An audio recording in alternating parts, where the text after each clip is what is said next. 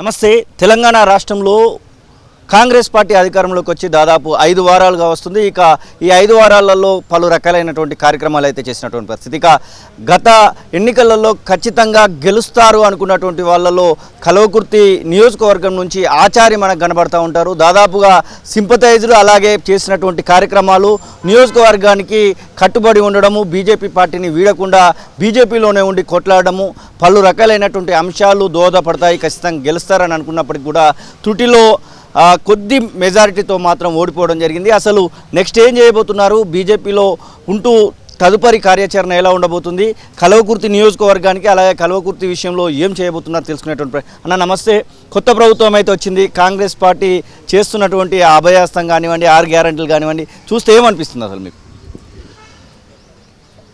6 గ్యారంటీలు అదృశ్య గ్యారంటీలే. అవి అంటే ప్రజలకు వచ్చినట్టు అనిపిస్తాయి, కానీ ప్రజలకు అవి అందవు. ఎందుకంటే ఈ రాష్ట్ర ఆర్థిక స్థితిగతులని ఆలోచన చేస్తే ఇవాళ వీరిచ్చిన 6 గ్యారంటీలకు ప్రజలకు అందుతామనే విశ్వాసం లేదు. కాకపోతే ప్రజలకు ఒక స్వేచ్ఛాయుతమైనటువంటి వాతావరణంలో ప్రభుత్వం మార్పు జరిగిందో అదొక గొప్ప మేలుగా ప్రజలు భావిస్తున్నారు. ఒక నియంత పాలన నుంచి ఒక ప్రజాస్వామ్య పాలనకు దారి మళ్ళింది అనేటువంటి భావన వచ్చింది. కానీ 6 గ్యారంటీలు మాత్రం అవి అదృశ్య గ్యారంటీలే. ముఖ్యంగా ఈరోజు పెద్దలు కీర్తిశేషులు జైపాల్ రెడ్డి గారి యొక్క 82వ సందర్భంగా ఇక్కడికి రావడం జరిగింది. వారికి నివాళులు అర్పించి, ముఖ్యంగా ఈ రాష్ట్ర ముఖ్యమంత్రి 33 జిల్లాలపైన ఒక నిర్ణయాన్ని తీసుకోవడం జరిగింది. వీటన్నిటిని కూడా శాస్త్రీయంగా లేవు, శాస్త్రబద్ధంగా లేవు. కొన్ని వ్యక్తిగతంగా ముఖ్యమంత్రి గారికి ఎవరు అడిగితే వాళ్లకు జిల్లాలు ఇవ్వడం జరిగింది అనేటువంటి ఆలోచనతోటి వారు దానికి ఒక కమిటీ వేసి క్షుణ్ణంగా ఆలోచన చేయాలని నిర్ణయం తీసుకోవడం చాలా మంచిది. ముఖ్యంగా 17 ఎంపీ సీట్లు ఏవైతున్నావో ఈ 17 ఎంపీ సీట్లకు 17 జిల్లాలు చేయాల్స్తే పరిపాలన ఏదైతే విషయంలో చాలా చక్కగా ఉండేది. కానీ ఆనాడు 33 జిల్లాలు చేయడం, మేము ప్రధానంగా కల్వకుర్తి ప్రాంతంలో కీర్తిశేషులు జైపాల్ రెడ్డి గారు జన్మించింది కాబట్టి వారు జాతీయ స్థాయిలో ఒక గొప్ప పాత్రని వాళ్ళు నిర్వహించడం జరిగింది. ఉమ్మడి ఆంధ్రప్రదేశ్ కానీ తెలంగాణ కానీ భారతదేశంలోనే బెస్ట్ పార్లమెంటేరియన్ అవార్డు గ్రహీత జైపాల్ రెడ్డి గారు. కాబట్టి మేము ఒకవేళ పాత జిల్లాలు 33 ఉన్నప్పుడు